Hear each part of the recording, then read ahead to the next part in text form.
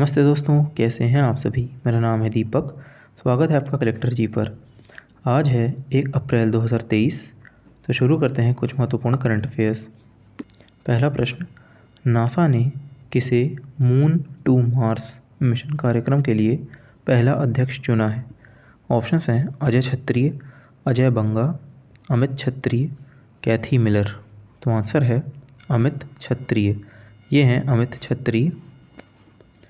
भारतीय मूल के अमेरिकी सॉफ्टवेयर और रोबोटिक इंजीनियर अमित छत्रिय को नासा के नए चंद्र से मंगल मतलब मून टू मार्स कार्यक्रम का पहला अध्यक्ष नामित किया गया है। यह कार्यक्रम अमेरिका की अंतरिक्ष एजेंसी नासा की चंद्रमा पर दीर्घकालिक उपस्थिति की तैयारियों को सुनिश्चित करेगा, ताकि मानव को अंतरिक्ष विज्ञान की नई उपलब्धि के तहत लाल ग्रह मंगल तक भेजा जा सके। मतलब चंद्रमा पर पहले इंसान को भेज दिया जाएगा, वहाँ पर वो अपना सेटअप जमा लेगा, वहाँ पर वो लंबे समय तक रह सके। दीर्घकालिक उपस्थिति की तैयारी को सुनिश्चित किया जाए। दीर्घकालिक उपस्थिति की तैयारी लंबे समय तक रह सके, ताकि फिर पृथ्वी से मंगल ग्रह का डिस्टेंस बहुत ज़्यादा है, लेकिन चंद्रमा से वो थोड़ा कम है, तो फिर वो डायरेक्ट चंद्रमा से मार्स के लिए टेक ऑफ कर जाए। तो वही चीज़ है, उपलब्धि के लिए लाल ग्रह मंगल तक भेजा जा सके, इसीलिए मून टू मार्स रखा गया। इस मिशन का नाम मतलब जो प्रोग्राम है इसका नाम मून टू मार्स चंद्र ग्रह से मतलब चंद्र से मंगल रखा गया है। अमित छत्रिय चंद्रमा और मंगल ग्रह पर मानव मिशन की योजना बनाने और उन्हें लागू करने के लिए जिम्मेदार होंगे। बात करें अगर नासा की, नासा का फुल फॉर्म है national aeronautics and space administration. इसकी स्थापना हुई थी 1958 में। इसके अध्यक्ष हैं बिल नेल्सन। इसका मुख्यालय है वॉशिंगटन डीसी में। अगला प्रश्न है आईपीएल के बारे में। आईपीएल भी साल में एक त्यौहार की तरह आता है, तो चलिए पढ़ते हैं इसके बारे में। आईपीएल 2023 अब क्योंकि स्टार्ट हो चुका है, तो इसके बारे में एक बार नॉलेज ले लेते हैं। आईपीएल 2023 के बारे में क्या सही है। पहला, यह आईपीएल का 16वां सीज़न है। दूसरा, उद्घाटन मैच नरेंद्र मोदी स्टेडियम में हुआ। तो ऑप्शन हैं केवल एक सही है, केवल दो सही हैं, उपरोक्त दोनों सही हैं, या इनमें से कोई नहीं। तो आंसर है उपरोक्त दोनों सही हैं। ये आईपीएल का 16वां सीज़न है, 16th और उद्घाटन मैच जो मतलब पहला मैच था वो नरेंद्र मोदी स्टेडियम में हुआ। टाटा आईपीएल 2023 आईपीएल का स्पॉन्सर कौन है। टाटा। जो अभी वुमेंस आईपीएल हुआ था उसका भी स्पॉन्सर था टाटा। तो टाटा आईपीएल 2023 31 मार्च से शुरू हुआ, 31 मार्च से 28 मई तक ये चलेगा। यह आईपीएल का 16वां सीज़न है और इसमें कुल 10 टीम हिस्सा ले रही हैं। पहला मैच चेन्नई सुपर किंग्स और गुजरात टाइटंस के बीच हुआ। यह मैच नरेंद्र मोदी स्टेडियम में हुआ है। इस सत्र में कुल 74 मैच होंगे, 74। अब 3 वर्ष के बाद ये मैच पुनः भारत में हो रहे हैं।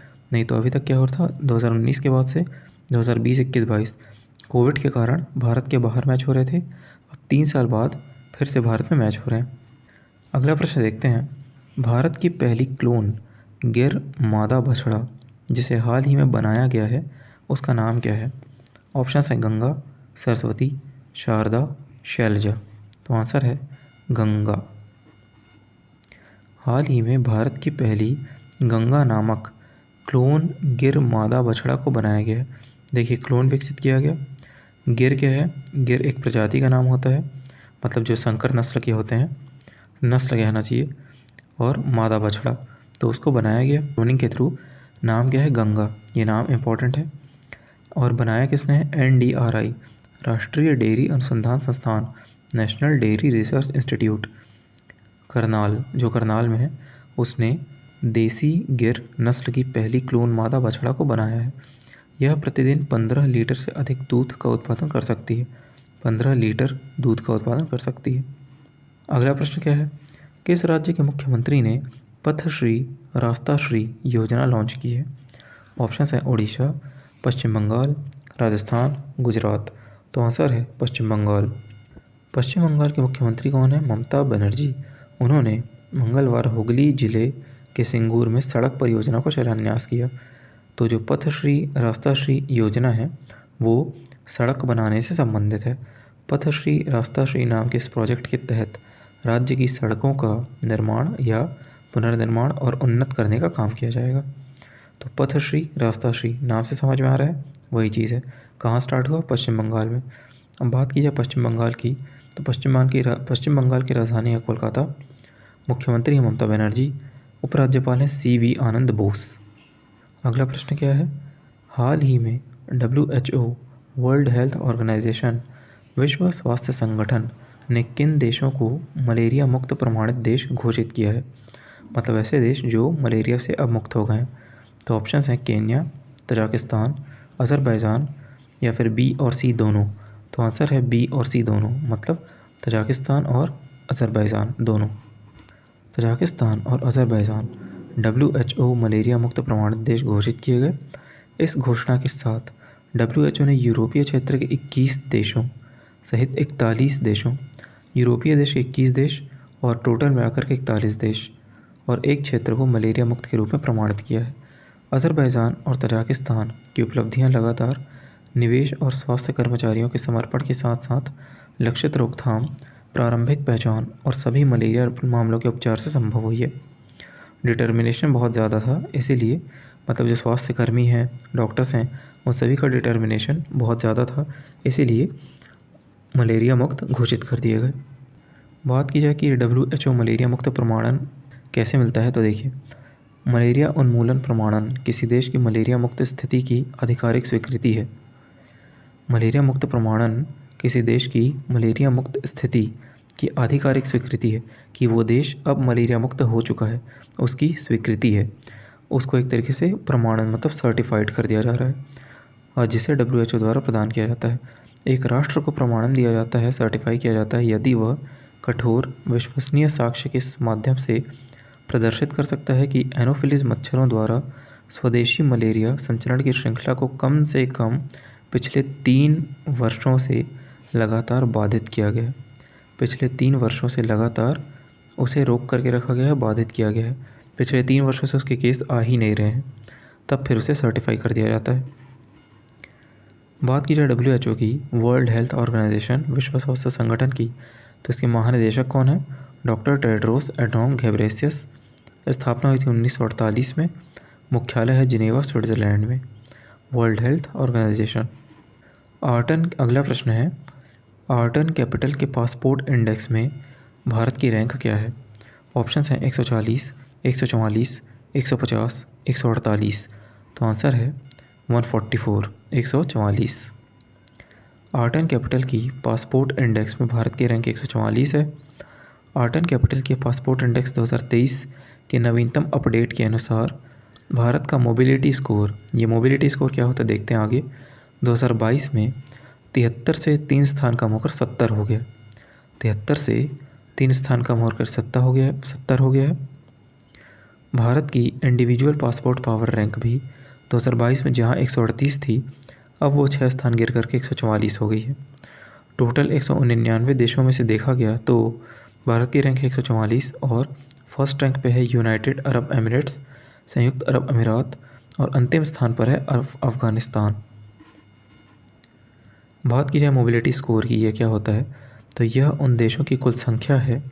मोबिलिटी स्कोर उन देशों की कुल संख्या है जिन तक किसी दिए गए पासपोर्ट से आसानी से पहुंचा जा सकता है, और वहां पहुंचकर वीज़ा मुक्त, visa on arrival, electronic travel authorisation और 3 दिनों के भीतर जारी किए गए ई-वीज़ा पर आधारित कुल गणना है। तो मोबिलिटी स्कोर वही है, उन देशों की कुल संख्या जहां तक किसी दिए गए पासपोर्ट से आसानी से पहुंचा जा सकता है। वहां पर हम लोग जाएंगे तो वीज़ा ऑन अराइवल की सुविधा होगी, या फिर वीज़ा फ्री तरीके से भी जा सकते हैं। ये होता है मोबिलिटी स्कोर। अगला प्रश्न है, हाल ही में SCO शंघाई कॉरपोरेशन ऑर्गेनाइजेशन राष्ट्रीय सुरक्षा सलाहकारों की बैठक की मेज़बानी किस देश के द्वारा की गई? ऑप्शंस है भारत, चीन, रूस, पाकिस्तान। तो आंसर है भारत। भारत के द्वारा शंघाई कॉरपोरेशन ऑर्गेनाइजेशन राष्ट्रीय सुरक्षा सलाहकारों की बैठक की मेज़बानी की गई। कहाँ की गई? न्यू दिल्ली, नई दिल्ली में। 8 देशों के SCO के वर्तमान अध्यक्ष के रूप में भारत एक श्रृंखला कार्यक्रम आयोजित कर रहा है, जिसमें चीफ जस्टिस कॉन्फ्रेंस और ऊर्जा मंत्रियों की बैठक शामिल है। बात की जाए SCO की, तो शंघाई सहयोग संगठन SCO 2001 में स्थापित हुआ, 2001 में। यह एक अंतर सरकारी समूह है जो चीन, भारत, कजाकिस्तान, किर्गिस्तान, रूस, पाकिस्तान, ताजिकिस्तान, उज़्बेकिस्तान से मिलकर बना हुआ है।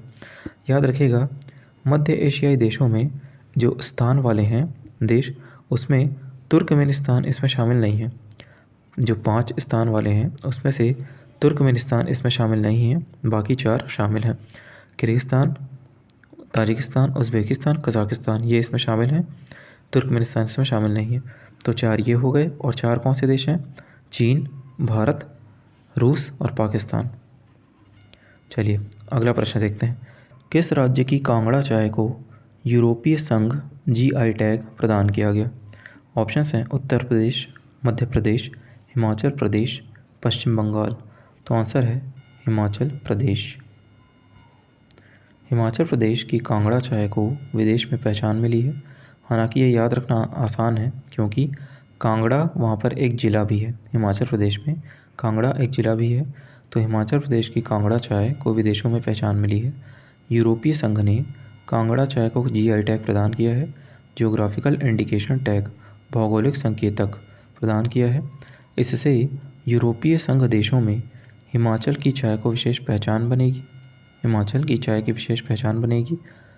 इसका फ़ायदा ये है कि कांगड़ा की चाय को भारत के अलावा विदेश में भी पहचान बनाने में मदद मिलेगी।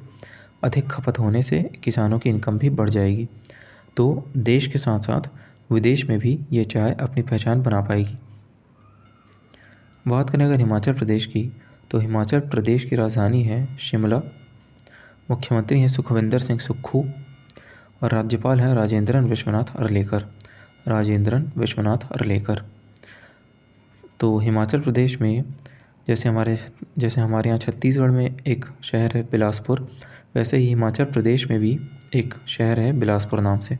चलिए अगला प्रश्न देखते हैं। संयुक्त राष्ट्र के द्वारा, यूनाइटेड नेशंस के द्वारा पहली बार अंतर्राष्ट्रीय शून्य अपशिष्ट दिवस कब मनाया गया?